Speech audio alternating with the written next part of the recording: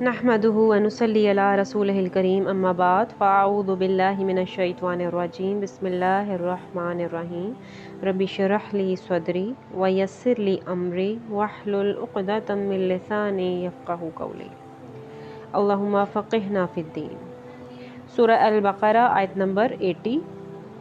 وَقَالُوا لَن تَمَسَّنَا النَّارُ إِلَّا أَيَّامًا مَّعْدُودَةً قُلْ أَتَّخَذْتُمْ عِندَ اللَّهِ عَهْدًا فَلَن يُخْلِفَ اللَّهُ عَهْدَهُ أَمْ تَقُولُونَ عَلَى اللَّهِ مَا لَا تَعْلَمُونَ۔ اور انہوں نے کہا ہمیں آگ ہرگز نہیں چھوئے گی مگر گنے ہوئے چند دن۔ کہہ دیں کیا تم نے اللہ کے پاس کوئی عہد دے رکھا ہے؟ تو اللہ کبھی اپنے عہد کے خلاف نہیں کرے گا، یا تم اللہ پر وہ بات کہتے ہو جو تم نہیں جانتے۔ اب چونکہ یہودیوں کا عقیدہ یہ تھا کہ انبیاء کی اولاد ہیں ہم اور ہم اللہ کے محبوب ترین ہیں، تو سوائے چند دن کے ہمیں دوزخ کی آگ نہیں چھوئے گی۔ تو ان کے اس باطل عقیدے کا جواب اللہ تعالیٰ نے اس طرح دیا اس آیت میں کہ اللہ تعالیٰ نے رسول اللہ صلی اللہ علیہ وسلم سے فرمایا کہ ان سے پوچھو کہ اس عقیدے کی اصل کیا ہے، کیا اللہ تعالیٰ نے تم سے کوئی وعدہ لے رکھا ہے؟ تو اگر ایسی بات ہے تو دکھاؤ، کیونکہ اللہ اپنے وعدے کے خلاف نہیں کرتا، یا پھر تم اللہ پر ایسی ہی جھوٹی باتیں جڑ دیتے ہو۔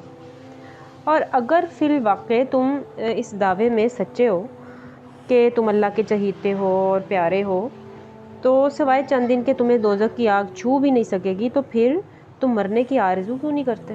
اس دنیا کے جھنجھٹوں سے نکل کر جنت میں جانے کی آرزو کیوں نہیں کرتے؟ تم صرف اللہ پر جھوٹ گھڑتے ہو۔ آیت نمبر 81۔ بَلَىٰ مَن كَسَبَ سَيِّئَةً وَأَحَاطَتْ بِهِ خَطِيئَتُهُ فَأُولَٰئِكَ أَصْحَابُ النَّارِ هُمْ فِيهَا خَالِدُونَ۔ کیوں نہیں، جس نے بڑی برائی کمائی اور اسے اس کے گناہ نے گھیر لیا، تو وہی لوگ آگ والے ہیں اور وہ اس میں ہمیشہ رہنے والے ہیں۔ اس آیت مبارکہ میں اللہ تعالیٰ فرما رہے ہیں کہ جس انسان نے جان بوجھ کر ایک گناہ کمایا، یعنی کہ گناہ کبیرہ، صغیرہ نہیں، تو اس کی خطا نے اسے گھیر لیا۔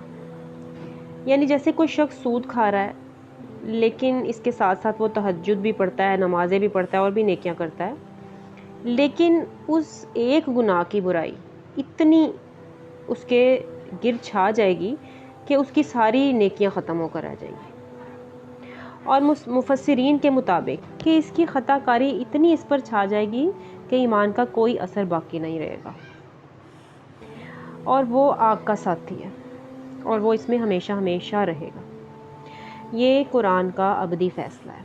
اور آیت نمبر 82 میں اللہ تعالیٰ نے فرمایا ہے وَالَّذِينَ آمَنُوا وَعَمِلُوا الصَّالِحَاتِ أُولَٰئِكَ أَصْحَابُ الْجَنَّةِ هُمْ فِيهَا خَالِدُونَ۔ اور جو لوگ ایمان لائے اور انہوں نے نیک اعمال کیے وہی جنت والے ہیں اور وہ اس میں ہمیشہ رہنے والے ہیں۔ اب اس کے برعکس جو ایمان لائیں گے اور نیک عمل کریں گے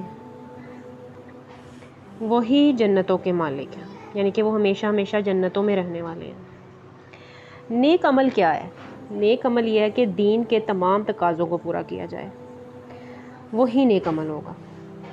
یعنی اگر انسان ایک نیکی کرتا ہے، جیسے کہ یتیم بچوں اور غریب و مسکینوں کے لیے کوئی فاؤنڈیشن کھول دیتا ہے، اور لیکن اس کا جو کاروبار ہے اس میں اس کا سودی لین دین ہے اور جھوٹ بھی چلتا ہے، تو کیا یہ نیک عمل ہوگا؟ نہیں، یہ بالکل نیک عمل نہیں ہے۔ تو جو انسان دین کو قائم کرے اور اس کے لیے تگ و دو کرے، کوششیں کرے، اور اللہ اور اس کے رسول کے حکم کے مطابق عمل صالح کرے، تو وہ ہمیشہ ہمیشہ جنتوں میں رہنے والے۔ آیت نمبر 83۔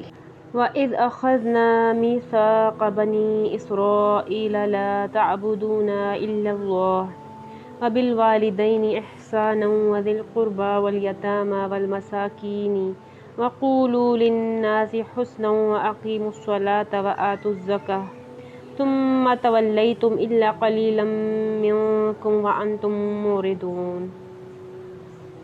اور جب ہم نے بنی اسرائیل سے پختہ عہد لیا کہ تم اللہ کے سوا کسی کی عبادت نہ کرو گے، اور ماں باپ اور قرابت والے اور یتیموں اور مسکینوں سے احسان کرو گے، اور لوگوں سے اچھی بات کہو اور نماز قائم کرو اور زکوٰۃ دو، پھر تم پھر گئے مگر تم میں سے تھوڑے، اور تم منہ پھیرنے والے تھے۔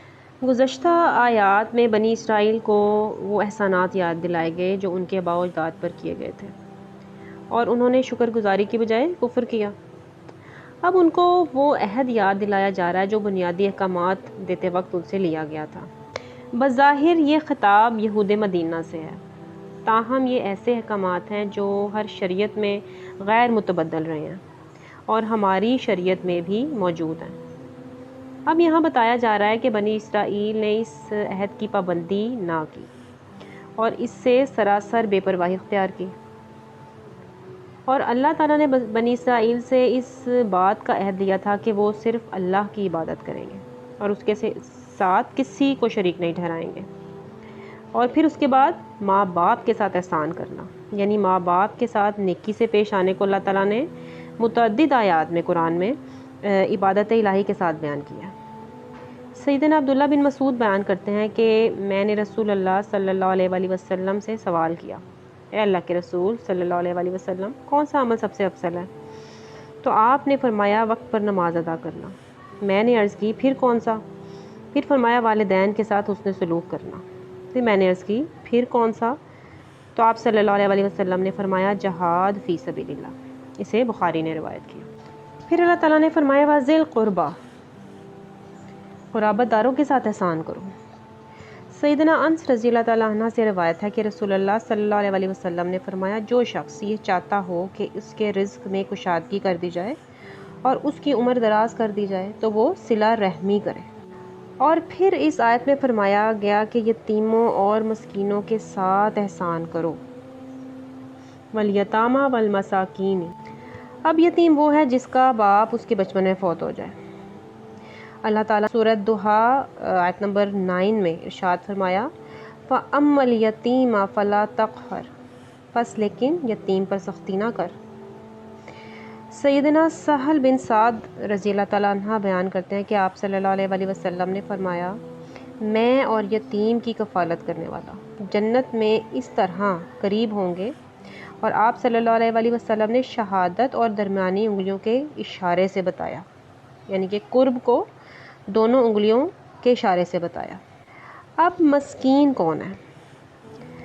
تو اس پر سیدنا ابو ہریرہ رضی اللہ تعالیٰ عنہ بیان کرتے ہیں کہ رسول اللہ صلی اللہ علیہ وآلہ وسلم نے فرمایا مسکین وہ نہیں جو لوگوں کے گرد چکر کاٹتا پھرتا ہے اور اسے ایک یا دو لقمے یا ایک یا دو کھجوریں دے دی جاتی ہیں، بلکہ مسکین تو وہ ہے جس کے پاس اتنا مال نہیں کہ وہ اسے کافی ہو جائے، اور نہ اس کے بارے میں عام لوگوں کو علم ہوتا ہے کہ اسے صدقہ دیا جائے، اور نہ وہ خود کھڑا ہو کر لوگوں سے سوال کرتا ہے۔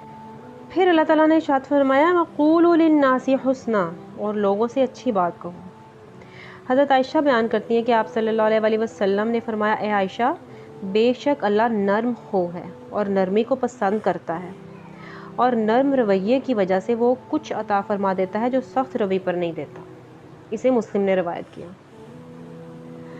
وَأَقِیمُوا الصَّلَاةَ وَآتُوا الزَّکَاةَ، اور نماز قائم کرو اور زکوٰۃ ادا کرو، یعنی کہ اقامت صلاۃ، یعنی نماز کو اپنا معمول بنا لو اور اسے وقت پر ادا کرو، اور پھر اسی طرح زکوٰۃ ادا کرو، اس کا بھی اہتمام کرو۔